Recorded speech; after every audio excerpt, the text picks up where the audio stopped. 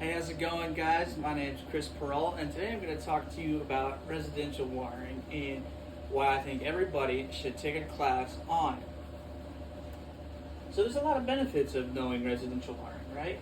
Like knowing how amperes and heat directly correlate with each other, or proper outlet installation, light fixture installed right, proper wiring, and the biggest thing of it all, the consequences that can happen if you do it improperly or if somebody before you has done it improperly.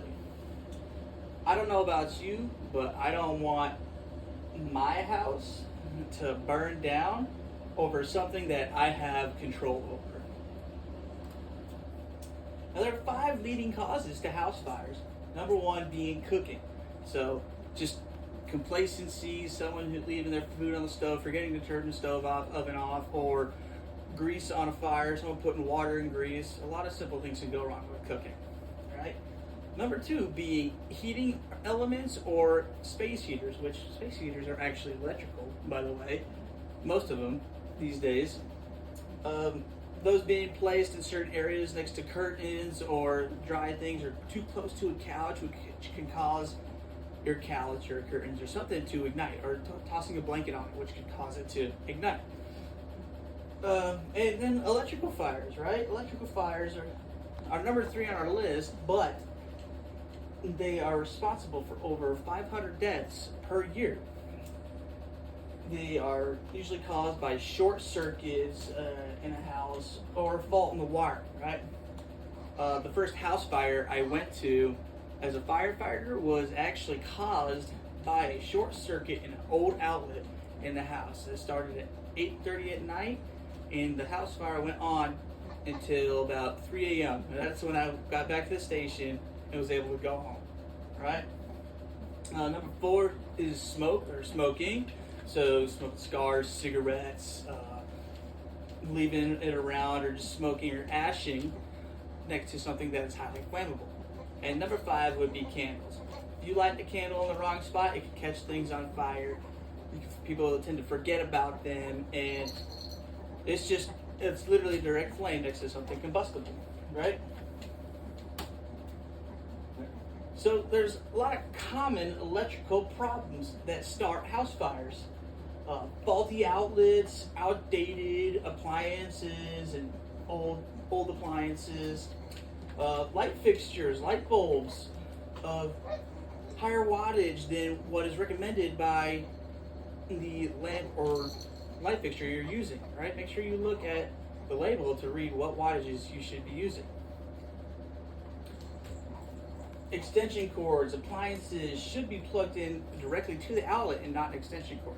Guys, amps flow through wiring as current, and that current creates heat, okay?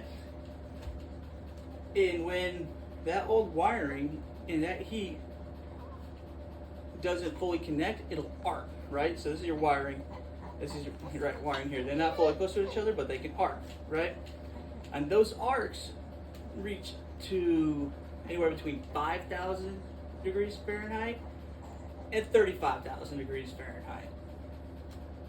The average temperature, or the estimated temperature of the sun, is approximately 9,932 degrees Fahrenheit.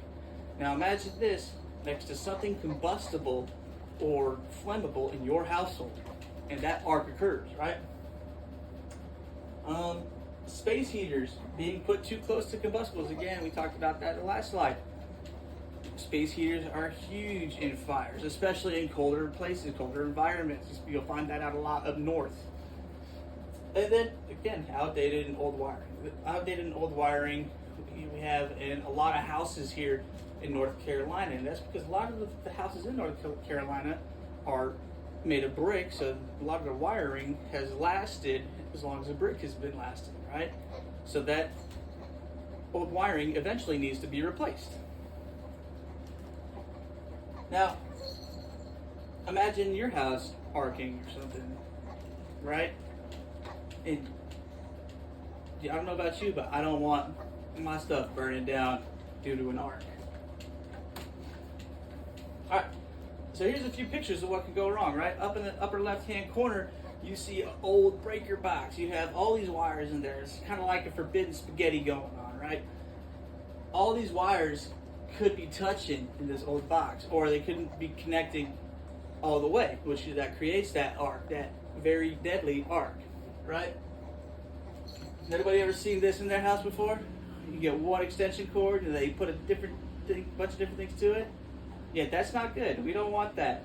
I know it gives us the ability for it, but you need to think about how many amps or how many watts something is using before we use something like this in our house. What we're attaching it to is crucial. This is actually one of the huge things firefighters will inspect for, one of the biggest things they'll find. We have our space heaters. We have an outlet over here in the corner. These people are very lucky to catch the short, cut the power, and we're able to replace it. That was very, very good of them. And then just light fixtures. There's light fixtures all over houses. As long as you get the proper wattage of a bulb, your house should be fine. All right. Now, residential wiring is very important to keep you and your family safe, right? For starters, it ensures the safety of not only your family, but your property too. Faulty wiring leads to electrocution and fires. Do you want that to happen to you, or more importantly, the ones you love? I don't want that happening to me. Proper wiring also allows for optimal functionality. A well-designed wiring system accommodates the power for the demands of more devices, right? So especially in today's day and age, we have a lot of new devices. These new devices use a lot more power, a lot more electricity. So we have the components that work with it. So when in fact, instead of using more and paying more, the proper new home wiring will promote energy efficiency and reducing your electrical bills. So you're using more and paying less.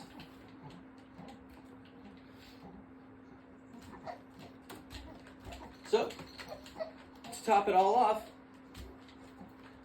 it is fundamental to learn residential wiring for your safety and for others. And probably save you $1 or $2, right?